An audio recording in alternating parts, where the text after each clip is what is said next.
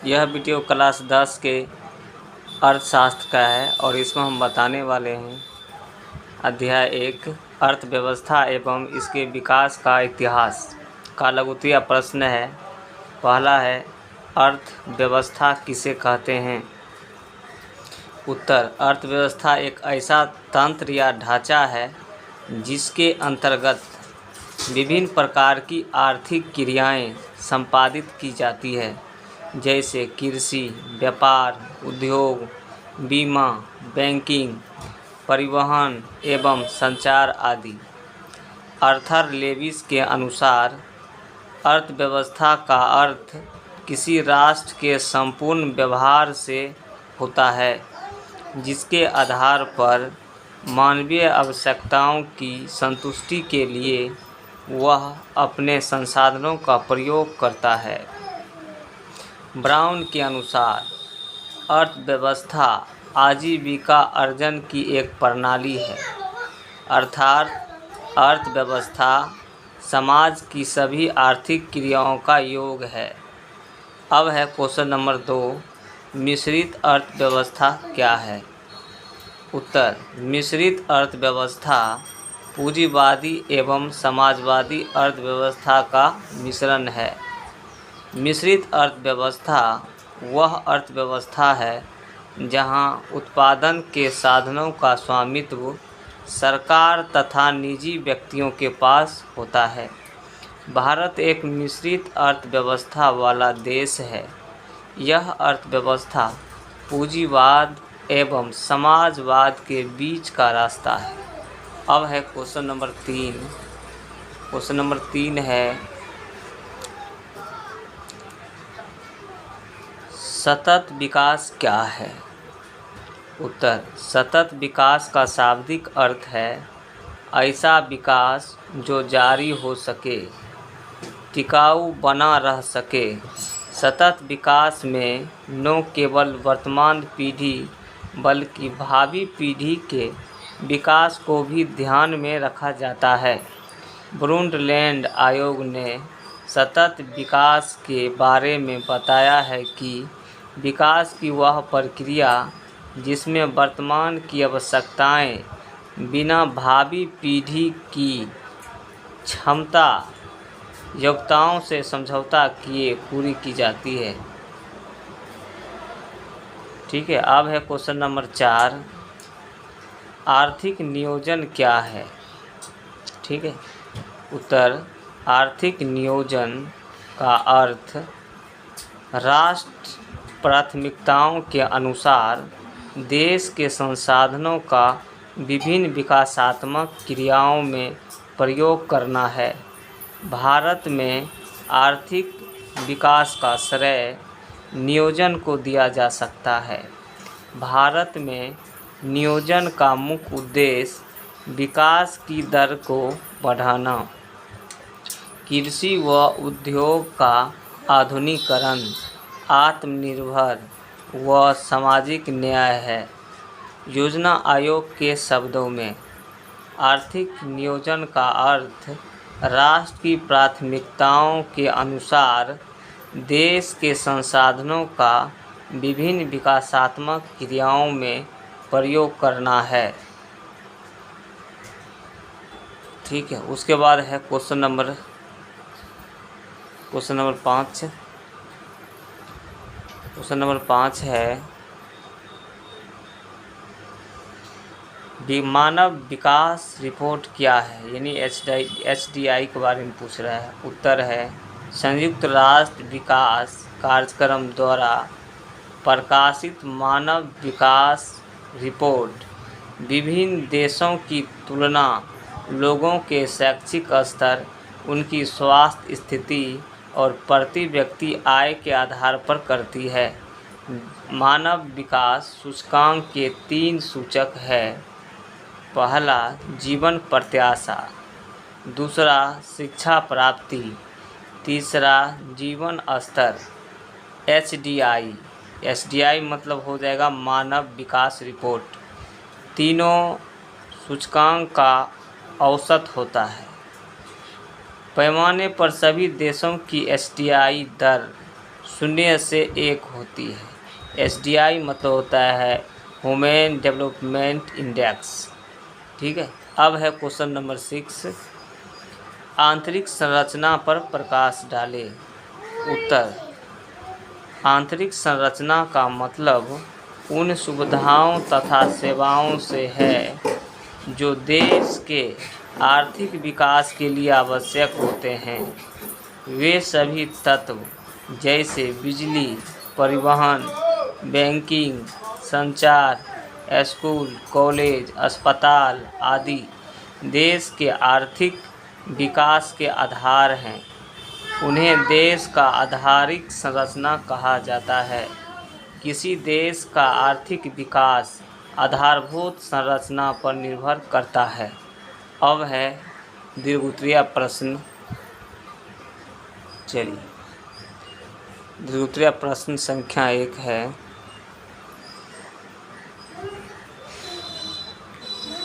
अर्थव्यवस्था की संरचना से आप क्या समझते हैं? इन्हें कितने भागों में बांटा गया है?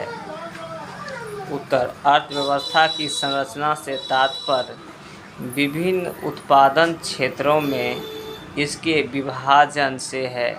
अर्थव्यवस्था में विभिन्न प्रकार की आर्थिक क्रियाएं संपादित की जाती है, जैसे कृषि उद्योग, व्यापार, बीमा, बैंकिंग, परिवहन, संचार आदि।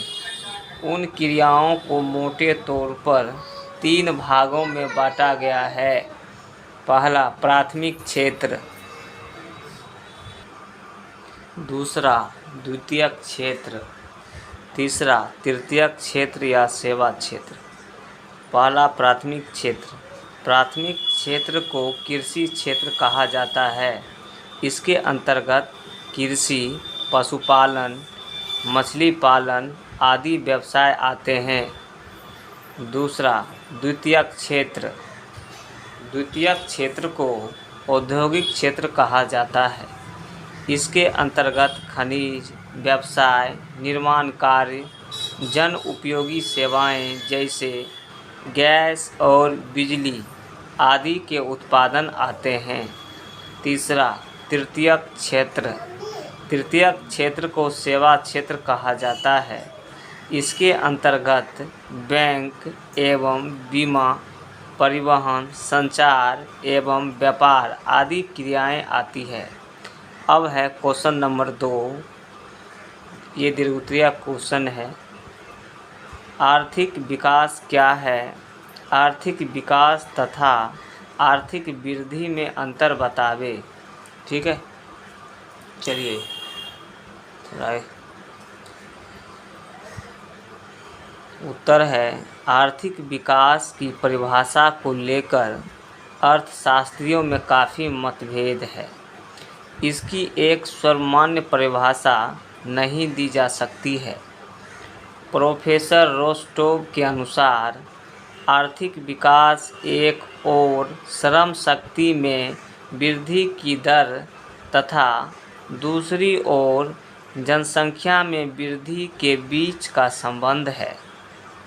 प्रोफेसर मेयर एंड बॉल्डविन के अनुसार आर्थिक विकास एक ऐसी प्रक्रिया है जिसके द्वारा दीर्घकाल में किसी अर्थव्यवस्था की वास्तविक राष्ट्रीय आय में वृद्धि होती है।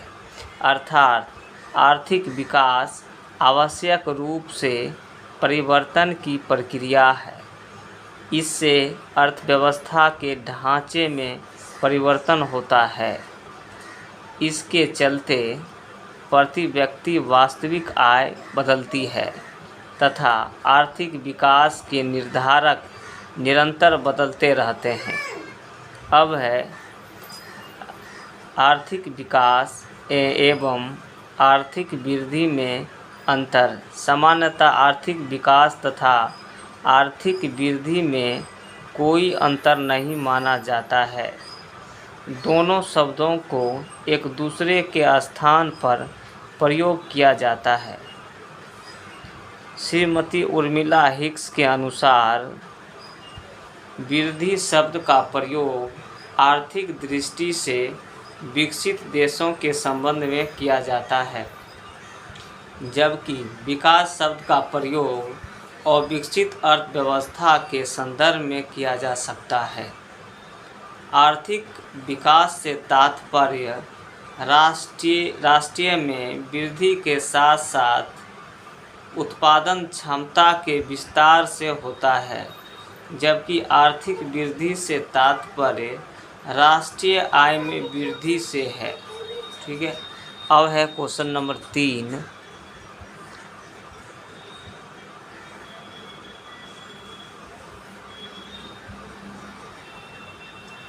क्वेश्चन नंबर 3 है, आर्थिक विकास की माप कुछ सूचकांक के द्वारा करें।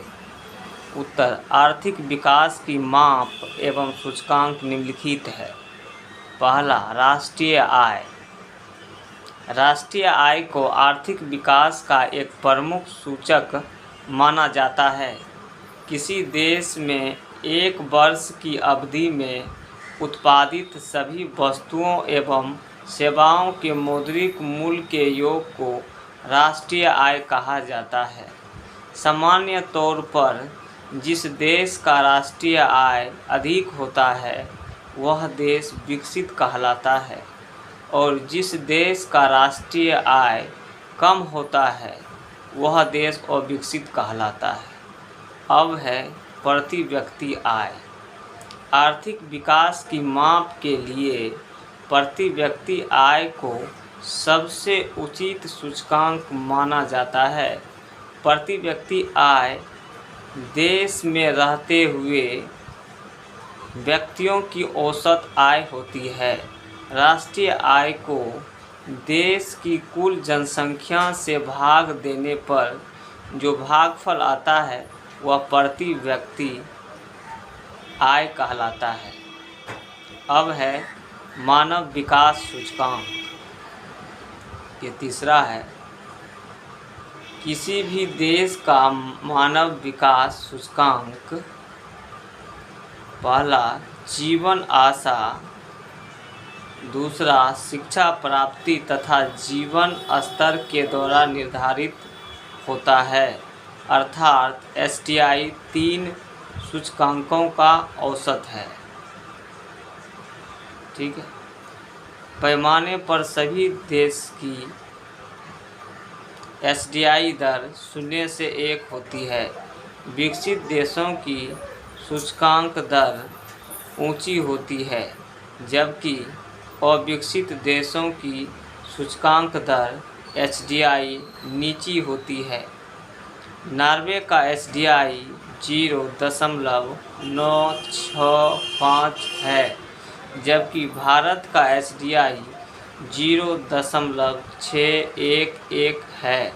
भारत ने भी 2002 में अपना राष्ट्रीय मानव विकास रिपोर्ट जारी किया। अब है 4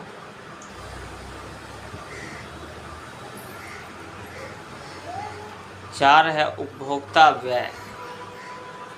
उपभोक्ता व्यय को आर्थिक विकास का सूचक मानते हुए अपने देश की पहली राष्ट्रीय मानव विकास रिपोर्ट में यह बताया गया है कि विगत कुछ वर्षों में देश की ग्रामीण जनता की व्यय क्षमता में कमी आई है, जबकि शहरी क्षेत्र में इसमें काफ़ी वृद्धि हुई है।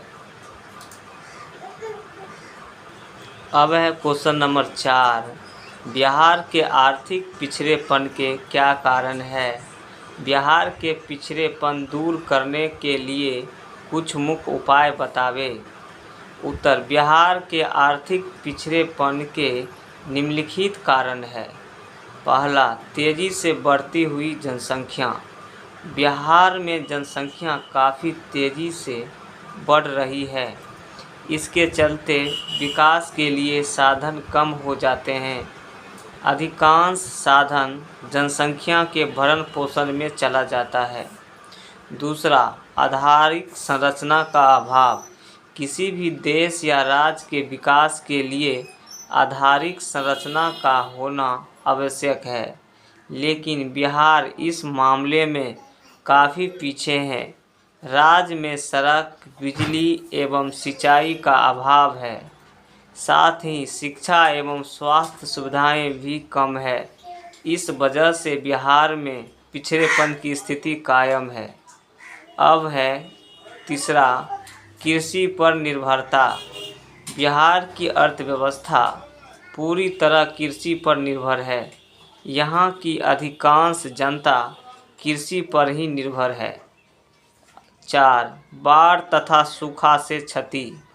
बिहार में खासकर उत्तरी बिहार में नेपाल से आए जल से बाढ़ आती है। हर साल बाढ़ का आना लगभग तय है। इससे जान माल की काफ़ी क्षति होती है।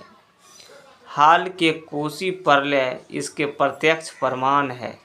इसी तरह सूखे की मार दक्षिणी बिहार को झेलनी पड़ती है। इससे हमारे किसानों को अकाल जैसी स्थिति का सामना करना पड़ता है। 5. औद्योगिक पिछड़ापन। किसी भी देश या राज्य के लिए उद्योगों का विकास जरूरी होता है। यहाँ के सभी खनिज क्षेत्र एवं बड़े उद्योग तथा प्रतिष्ठित अभियांत्रिकी संस्थाएं सभी झारखंड चले गए। इस कारण बिहार में कार्यशील औद्योगिक इकाइयों की संख्या नगण्य रह गई है। चलिए अब है नेक्स्ट इसमें 6 है गरीबी। बिहार में गरीबी का भार सर्वाधिक है। राज्य में प्रति व्यक्ति राष्ट्रीय आय के आधे से भी कम है। इसके चलते भी बिहार पिछड़ा है। 7. गरीब या खराब विधि व्यवस्था। किसी भी देश या राज्य के लिए शांति तथा सुव्यवस्था जरूरी होती है, लेकिन बिहार में वर्षों से कानून व्यवस्था कमज़ोर स्थिति में थी, जिसके चलते उद्योग एवं निवेश को प्रोत्साहन नहीं मिल सका। इस खराब विधि व्यवस्था के कारण बिहार एक पिछड़ा राज्य बन गया। 8 है कुशल प्रशासन का अभाव। बिहार की प्रशासनिक स्थिति ऐसी हो गई है जिसमें पारदर्शिता का अभाव है। सारा प्रशासनिक तंत्र भ्रष्टाचार के दलदल में डूबा है, जिसके कारण बिहार का विकास नहीं हो पा रहा है। ठीक है, बिहार के पिछड़ेपन दूर करने के लिए कुछ उपाय निम्नलिखित है। पहला है इसमें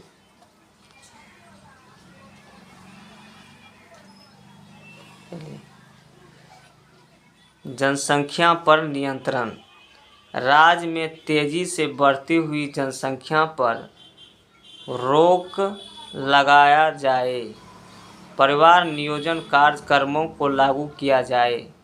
इसके लिए राज्य की जनता एवं खास करके महिलाओं में शिक्षा का प्रचार किया जाए। दूसरा, कृषि का तेजी से विकास। बिहार में कृषि ही जीवन का आधार है, अतः कृषि में नए यंत्रों का प्रयोग किया जाए।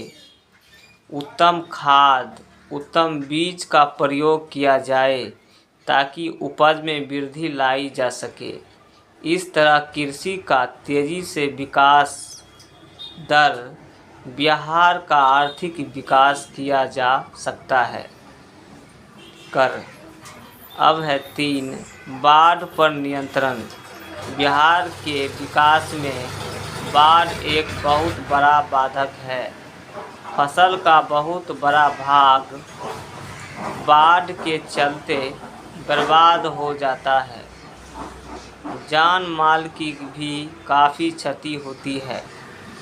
उत्तरी बिहार की अधिकांश नदियाँ हिमालय से निकलती है, इसलिए नेपाल सरकार के सहयोग से बाढ़ नियंत्रण को सफल बनाया जा सकता है।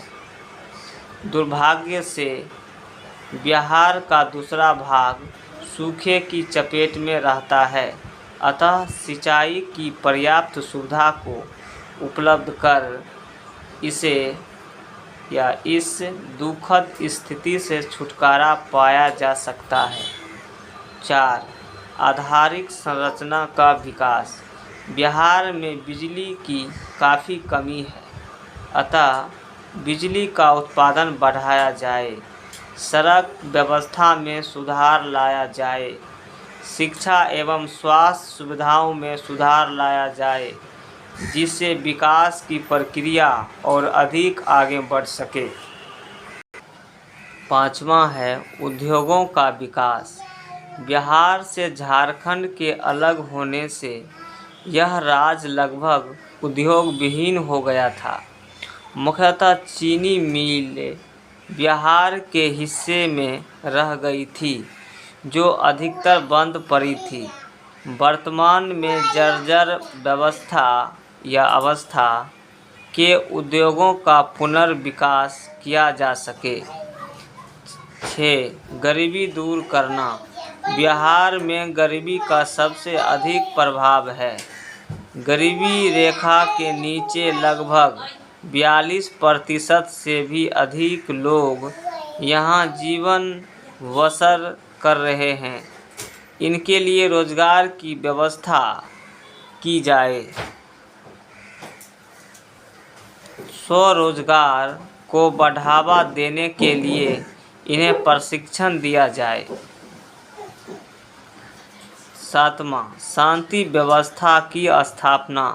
बिहार में शांति का माहौल कायम कर व्यापारियों में विश्वास जगाया जा सकता है तथा आर्थिक विकास की गति को तेज किया जा सकता है। 8. स्वच्छ तथा ईमानदार प्रशासन। बिहार के आर्थिक विकास के लिए स्वच्छ, कुशल, ईमानदारी प्रशासन जरूरी है। ईमानदार प्रशासन। 9 नंबर है केंद्र से अधिक मात्रा में संसाधनों का हस्तांतरण। बिहार के विकास के लिए केंद्र से अधिक मात्रा में संसाधनों के हस्तांतरण की ज़रूरत है। विशेष राज्य का दर्जा मिलने से राज्य को केंद्र के द्वारा विकास के मद में अधिक सहायता तथा करों से रियायत मिलने लगेगी, जिससे बिहार के विकास में गति आने की संभावना है। लेकिन बिहार को विशेष राज्य का दर्जा देने में केंद्र सरकार के समक्ष अनेक व्यवहारिक तथा प्रशासनिक समस्याएं आ रही है। अगले वीडियो में आप लोगों को हम बताएंगे राज्य एवं राष्ट्र की आय, income of state and nation. ये अगले वीडियो में बताएंगे आप लोगों को। अगर हमारा वीडियो आप लोगों को अच्छा लगता है तो हमारे वीडियो को लाइक करें, शेयर करें और हमारे चैनल को सब्सक्राइब करें। Thank you for watching this video.